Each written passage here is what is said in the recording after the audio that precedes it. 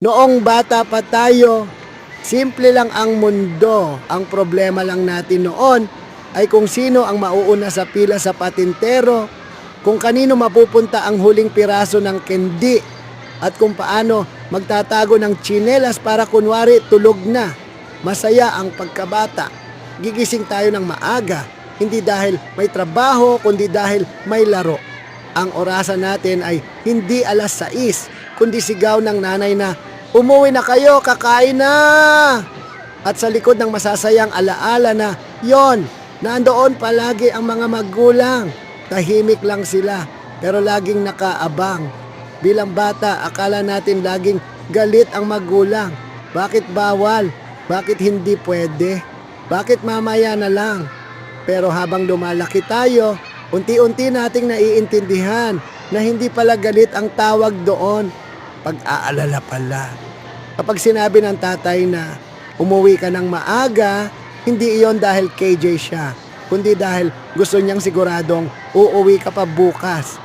At kapag sinabi ng nanay na magdala ka ng payong kahit tirik na tirik ang araw, hindi iyon dahil hula siya ng panahon, kundi dahil ayaw niyang magkasakit ka. May mga pagkakataon din na mali tayo. Nadapa, nagkamali, bumagsak sa exam, o minsan, bumagsak sa bisikleta. At sino ang unang lalapit? Hindi ang barkada, hindi ang kapitbahay, kundi ang magulang. Minsan may kasamang sermon, oo. Pero kasunod nun, may yakap.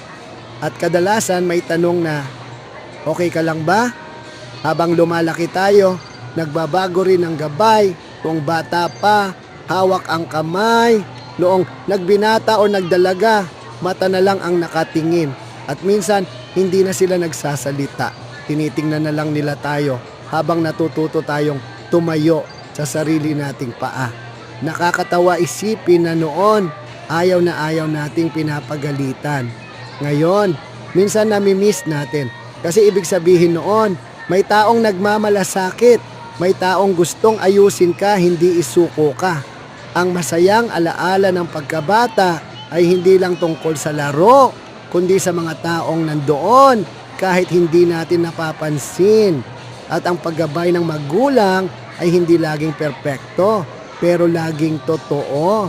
Hindi nila alam lahat ng sagot, pero handa silang samahan tayo habang hinahanap natin ang atin. Kaya kung tatanungin kung ano ang pinakamagandang alaala ng pagkabata, hindi lang iyon ang saya ng laro, kundi ang pakiramdam na may uuwian. May maghihintay, may magtatanong kung kumain ka na, at may magsasabing mag-ingat ka palagi. At hanggang na ngayon, dala pa rin natin ang gabay na iyon sa bawat desisyon, sa bawat hakbang, sa bawat pagkakataong pinipili nating maging mas mabuting tao. Dahil minsan sa buhay natin, may nanay at tatay na naniwala sa atin kahit tayo mismo hindi pa sigurado. Sa araw-araw na gising, hindi agad napapansin, pero dito nagsisimula ang lahat. Sa simpleng paghahanda ng pagkain, sa pag-aayos ng damit, at sa mga tanong na paulit-ulit. "Ma, bakit ganito? Pa, pwede ba to?" Ang pagpapalaki ng anak hindi palaging perpekto. May pagod, may sablay, may araw na gusto mo na lang huminga muna. Pero kahit ganon, andun pa rin yung kamay na handang umalalay, yung boses na kalmado kahit pagod na, at yung pusong pinipiling umunawa.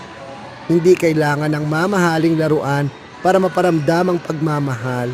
Minsan sapat na ang pakikinig, isang yakap, isang andito lang ako.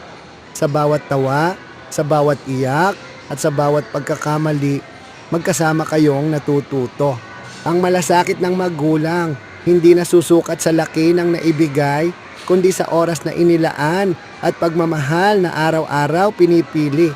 Dahil sa huli, ang anak ay hindi lang pinalaki, pinalakas, pinakinggan at minahal.